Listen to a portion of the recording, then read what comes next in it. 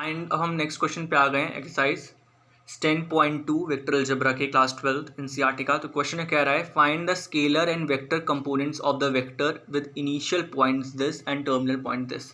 यानी हमें तो पहली बात तो एक वेक्टर दे रहा है, वेक्टर को मैं एरो से रिप्रेजेंट करता हूँ, जिसका इनिशियल पॉइंट क्या है 2 and 1 और टर्मिनल पॉइंट क्या है 5 and 7। इसको मार्क कर लो ए, इसको कह दो बी। ठीक है, अच्छा अब 2 पॉइंट दिए गए हैं तो वेक्टर कैसे बनाया जाएगा।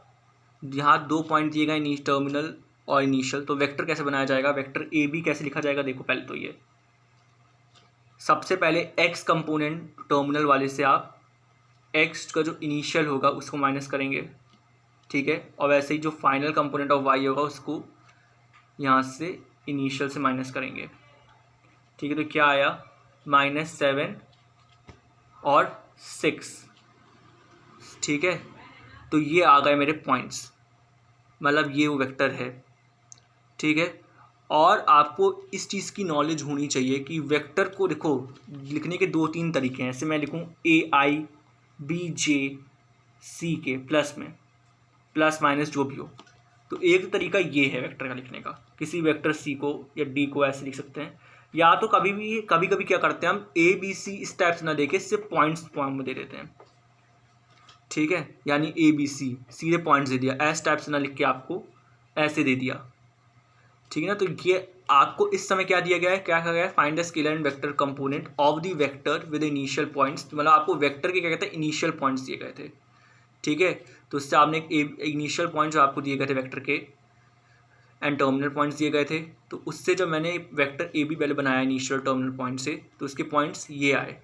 तो यानी वेक्टर के इस ए बी वेक्टर को कैसे मैं लिख सकता हूँ, इस ए बी वेक्टर को मैं लिख सकता हूँ -7i और 6j। ठीक है ना, तो ये क्या है इसका, ये आपका आ गया कह सकते हैं। और इस तरीके को हम क्या बोलेंगे, इस तरीके को लिखने को हम बोलते हैं वेक्टर। ठीक है, और अगर मैं ऐसे लिख रहा हूँ ABC, जैसे मैंने इसको अब ये तो देखो मैं क्या बोल रहा है वेक्टर फॉर्म, इस तरीके के लिखने को मैंने क्या बोला वेक्टर फॉर्म है। ये 7 माइनस ये 7 में देखो लिखा जाएगा, तभी ये वेक्टर को रिप्रेजेंट करेगा। ऐसा नहीं कि 6j हटा लिया है, दोनों इसी कंपोनेंट्स हैं, तो दोनों को लिखा जाना चाहिए। -7i, 6j, ये क्या है इसका वेक्टर फॉर्म है। और अगर मैं स्केलर फॉर्म की बात करूंगा तो क्या ij हटा लो, डायरेक्ट ऐसे लिखो क्या -7 and 6, ये क्या है इसका स्केलर फॉर्म है।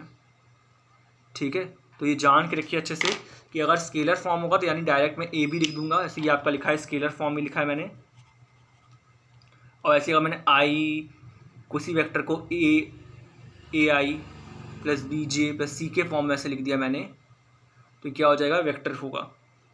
ठीक है ना, तो ध्यान रखिए इसका क्या आ गया यहाँ पे आपका आंसर, स्केलर फॉर्म में -7 6 और वेक्टर फॉर्म में कैसे लिखा जाएगा -7 6j। अब ये आपको यहाँ पे एक चीज़ बहुत ध्यान देने वाली, जब आपको पॉइंट्स दिए रहेंगे आप कैसे वेक्टर बनाएंगे। Terminal point minus initial point से करेंगे तब वेक्टर बनेगा। और उस वेक्टर के हमें यहाँ पे कहा गया था कि वेक्टर फॉर्म लिखिए और स्केलर फॉर्म लिखिए, तो मैंने वेक्टर फॉर्म लिखा है पहले इस तरीके से और ये स्केलर फॉर्म लिखा है। ठीक है, अगर कभी भी आपको AI plus BJ plus CK या माइनस माइनस जो भी हो समझ लो यहाँ पे। ठीक है ना, ये कोई डी वेक्टर दिया गया है AIBJCK। ठीक है, तो अगर कोई कह दे इसका वेक्टर फॉर्म लिखो तो कैसे लिखोगे AI cap BJ cap CK cap, ये क्या है इसके वेक्टर फॉर्म के कंपोनेंट्स हैं। और स्केलर फॉर्म कैसा होगा ABC डायरेक्ट।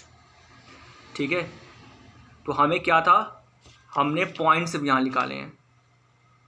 ठीक है, और पॉइंट्स को मैंने तो पॉइंट्स मैंने निकाले थे यहाँ पे, उसको मैंने एक बार वेक्टर फॉर्म में लिख दिया और एक स्केलर फॉर्म में लिख दिया, तो यहाँ पे होता है आपका आंसर खत्म।